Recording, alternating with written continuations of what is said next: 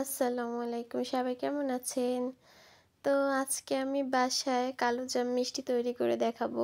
তো এখানে আমি ৬ পিসের রুটি নিয়েছি, পাউরুটি। তো পাউরুটির সাইডের কালো অংশটা আমি বাদ দিয়েছি। তো এখন শুধু ভিতরের অংশটুকু নিয়েছি, সাদা অংশটুকু। এখন এটা দিয়ে আমি একটা ডো তৈরি করব মিষ্টিটা তৈরি করার জন্য। তো এখানে আমি লিকুইড দুধ ব্যবহার করব। তো এই তো লিকুইড দুধ, এই দুধটা পুরো লাগবে না, অল্প লাগবে। তো আমি অল্প অল্প দিয়ে এই তো ডোটা তৈরি করছি। এখন মিষ্টি শেপ দিব আর কি। এই তো মিষ্টি শেপগুলো আমার দেয়া হয়ে গেছে, একটু ছোট বড় হয়েছে।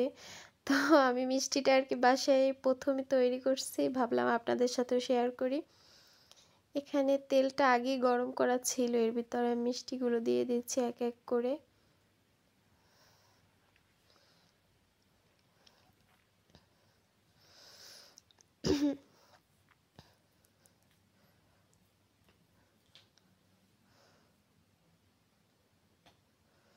তো এই যে আমার মিষ্টিগুলো ভাজা হয়ে গেছে প্রায়, আর একটু সময় ভেজে নিব।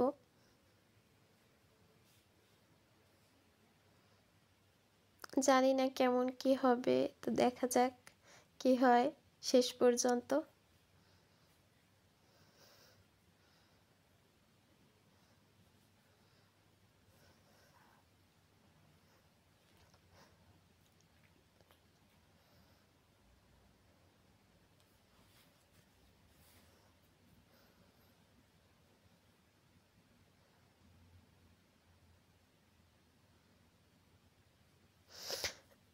আর একটু সময় ভেজে নিব।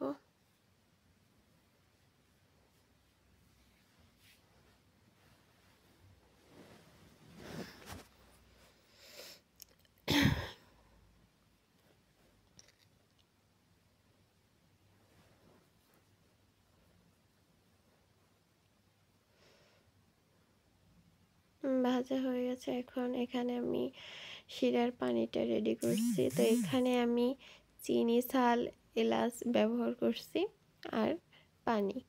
এটা এখন আমি জাল করব।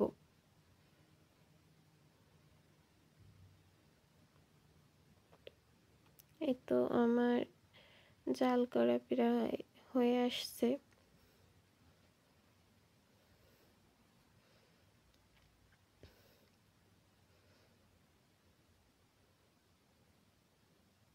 এখন এর ভিতরে মিষ্টিগুলো এক এক করে দিয়ে দিব।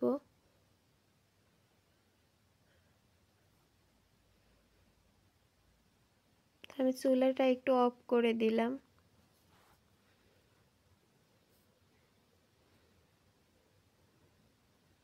মিষ্টিগুলো দেওয়ার পরে আবার অন করে দিব, একটু নেড়ে চেড়ে দিলাম।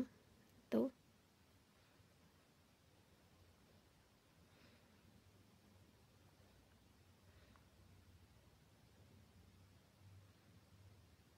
এবার আমি চুলাটা আবার অন করে দিলাম।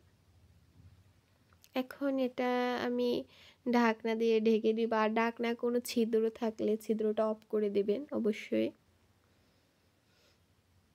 তো এই যে আমার মিষ্টি রেডি। তো আজকে এই পর্যন্ত, আল্লাহ হাফেজ।